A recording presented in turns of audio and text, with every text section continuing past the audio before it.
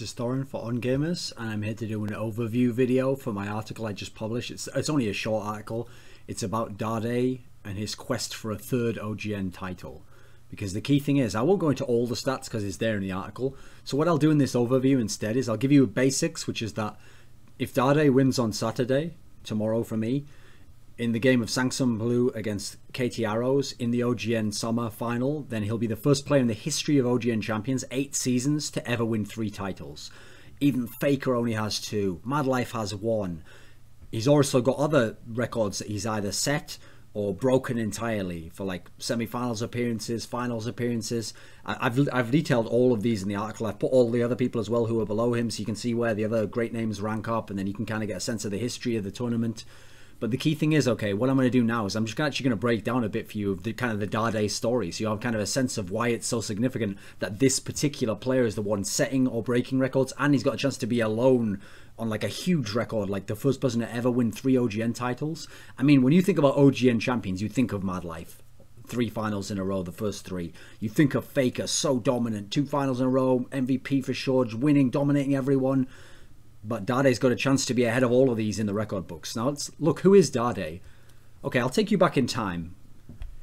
The Dade that existed in 2012, in the end of that year, he was playing for CJ Entus, but this wasn't CJ Entus, Frost and Blaze. This is before. Those teams played for Azubu back then. CJ Entus back then just had 1 team, and its team had some names you might recognize now, but back then, most of them weren't that famous. The real star of the team was Insec. He was the jungler. He was in this flow where the carry jungling had really begun, and he was playing Zed, and everyone was like, wow, look at this guy. There was Insec as the jungler. Long Panda, the infamous Long Panda, was the top laner.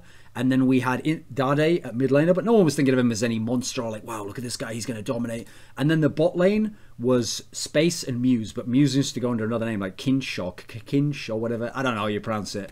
Better name to switch to Muse. And obviously we know Space and Muse, they got brought into Frost later, and then eventually only Space got kept, and he plays with Madlife now.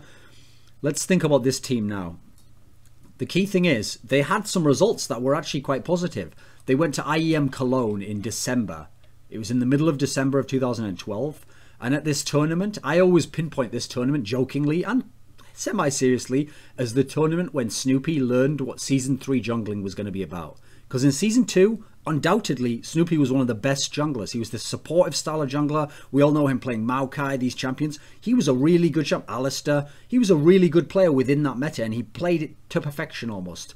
But his raw mechanical skills weren't as high as some of the other players. And at the end of Season 2, going into Season 3, we saw the era of the true carry junglers. Okay, we'd had the carry junglers like St. Vicious before, but now here came Insec. And there was this game that CJ Entus played against CLG in the group stage there, where Insec just goes ham on Snoopy with Zed. Anyway, this isn't a video about Insec. The point is, CJ Entus had their surprise there. They got out of the groups. In the end, they lost 2-1 to Fnatic.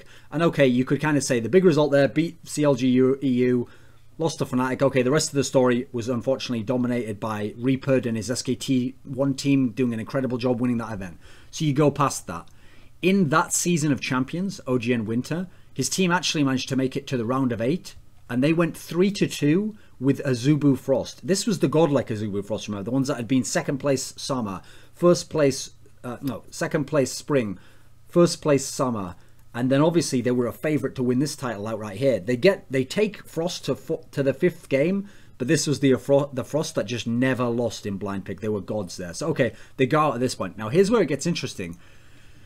They go into the NLB tournament, the tournament where you drop down if you're in the round of 8, you play that out, and it sort of decides who ranks from 5th to 8th in OGN technically. In that tournament, they beat Storm, Zenix Storm quite easily. They played and thrashed MVP Blue. Now what's interesting is MVP Blue is the team of players, people like Imp, some of them who would later on become Dade's teammates later. So that's an interesting little note there. And in the final, they lost to GSG. And if you remember GSG, that was the team that actually Pumandu played on at some point in time. And so as we go forwards from there, interesting fact happens. And this is something that people actually sometimes miss historically, is that CJ, the organization, buys Blaze and Frost. Azubu lets them go or something. CJ buys them up. This big team, CJ Entus, is a huge team from the StarCraft days. They buy this team, and so technically they have those other players, Insec, Dade, under contract, but they release them. Now, if you think in the context of now, if we all knew, if CJ knew what we know now, even from the split later when Ozone would rise up, obviously you'd keep Dade, you'd keep Insec. You'd maybe put Dade and Insec straight into Frost and you'd go, right, we keep that team right at the top there. Now we have a chance to win because obviously Rapid Star dropped off, Cloud Templar started to drop off, another supportive player. They couldn't have known that at the time, and so they let Dade go, let Insec go. Insec goes to KTB, becomes a monster. Dade goes to MVP Ozone. Now, here's where it gets interesting, because people forget when they look at that spring season that actually MVP Ozone hadn't been some sort of monsters when they were in the group stage. In the group stage, the monsters were Blaze. Blaze began their 13-0 streak there. Meanwhile, MVP Ozone actually had lost to Blaze in the group stage. Let me just double check. Yeah, they'd lost to them in... They were called... Let me see. Ozone. Yeah, they lost to Blaze in the group. In fact, overall, their record was 2 wins, 2 draws, and a loss. So they got out in 3rd place. And if you remember, the key storyline for Dade's career here is that no one thought MVP Ozone was some killer team. No one thought Dade was some godlike player. He was a good mid laner. So KTB and Frost had this weird series where they messed around and they wanted to see who could lose the last game of the group. Because whoever lost the last game of the group would get to play against Ozone instead of Najin Sword. And okay, Najin Sword later on didn't become much, but Najin Sword were the reigning champions. So of those two, it's an obvious choice which you want. So KTB got to play them. And KTB gets smashed 3-1. And everyone actually, what's funny is, again, no one's thinking Dade and MVP Ozone are these monsters. People looked at that series and the analysis was, wow, I guess KTB choked because of the pressure of all the backlash of the fans saying he shouldn't have thrown that game and just get this EV match. And, you know, he deserved to lose. And, you know, they choked under pressure. And actually, after this is when they moved Insec from jungle to top lane instead. So it caused all these shakeups. And no one was thinking, wow, but MVP Ozone is this incredible team. They're going to go and they're going to win. Next round, MVP Ozone goes up against SKT T12. Now, this team, if you remember, was the same lineup as SKT have now. But this was really when it was Faker and the backing singers. Piglet had sometimes he could join in, but really, Faker was already at a very impressive level, but he was having to kind of carry on his own. And so what people remember this series is, again, Dade played quite well in that series, but it wasn't that Dade was some monster who out-dueled Faker and destroyed. No. Faker played well, and what happened was people now start to pick up, okay, they didn't say MVP was an Ozone favorite yet, Ozone. They said, okay, MVP Ozone has some good strategy here. They've beaten KTB 3-1. They've beaten SKT 3-1. Clearly, they're good at preparing. They're good at strategizing, figuring out a way to neutralize the strengths of a team they play who are better than them. Because in theory, KTB and SKT were skill-wise better than them, we thought at the time. They can neutralize them. But in the final, no way they're going to take out Blaze. Because Blaze is on the 13-0 run streak. Their top laner is the best player in the world, Flame, and our top laner on Ozone is who's probably one of the worst of the top 8 teams. He wasn't a very good top laner, but Blaze come through with the strategy again. Oh, rather, MVP Ozone out-strategized Blaze, but here's the key thing. Now, Dade played an incredible series this time. He got Zed every game. He went top and crucially helped Om get kills and get ahead and get that lane going so that Flame was shut down early. And then against Ambition, Ambition was the warhorse. Ambition was consistent. That's why he was considered the best mid laner at the time. Dade really did a number on Ambition in this series and made Ambition just look weak-willed, looked like he couldn't impose himself on the game in any way. So they win this season. Dade's the MVP. Okay, great stuff. A beginning of a burgeoning career, right? You go into the next season, and you remember, the weird thing about the next season was the team actually, MVP Ozone, had the easiest run you could imagine to the semis. In their group, they had no really strong teams. In the round of 8, they managed to draw the Chunnam Techno University, this university team who people were surprised they even got into the OGN season that time. They 3-0 them, and then they have to meet SKT T1 in the semis. And this was SKT T1 who were like going on the god mode. This was Faker at his peak, and this was everyone else had come up to join him. And yeah, Ozone didn't. They won a game, but it actually wasn't that competitive. SKT was always going to win that. They went on, they won the season. Off to Worlds we go. Up in the Worlds, you're thinking, okay, well, people actually expected Ozone to be the second strongest team going into Worlds because of the 3 Korean teams, Sword was the worst one overall. So people are thinking Ozone's going to be really strong. This was where Dade's career takes a huge hit. Dade's career was like he was humiliated in that group stage. He barely had any games where he did well. He had games where he counterpicked and he didn't seem to know what he was doing, and he just didn't look anything like the Dade we'd seen in those previous seasons, especially not the spring season guy, the guy who destroyed ambition. That Dade never showed up and they went out in the group stage.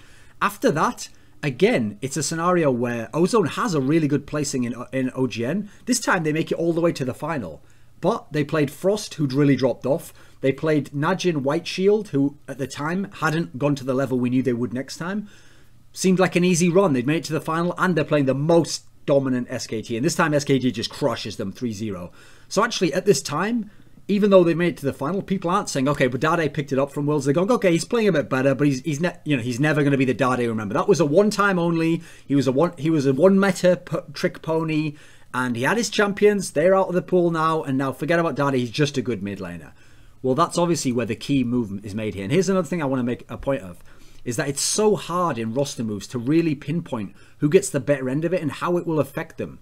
Because if I'd have asked someone like Monty, okay, I ask him this after each season actually, every time a team wins in great fashion, which is nearly every season, I say, okay, who can beat them? Which team out there is built to beat them? And at the time, that SKT was at the height that any team has ever been in LoL. They were the most dominant team ever. So actually, you couldn't look and say any team could beat them. If I'd have had to pick which team were built to beat them, I would have actually taken the roster move that happened where the two MVP teams, they're now Samsung Blue, obviously, and Samsung White, when these two Samsung teams swapped mid laners. They took Pawn from Blue, put him on White, and they took, they're called Ozone at the time. It's going to be a mess here, but I'm going to do whatever I can. They put Dade onto Blue, who is in theory the lesser team.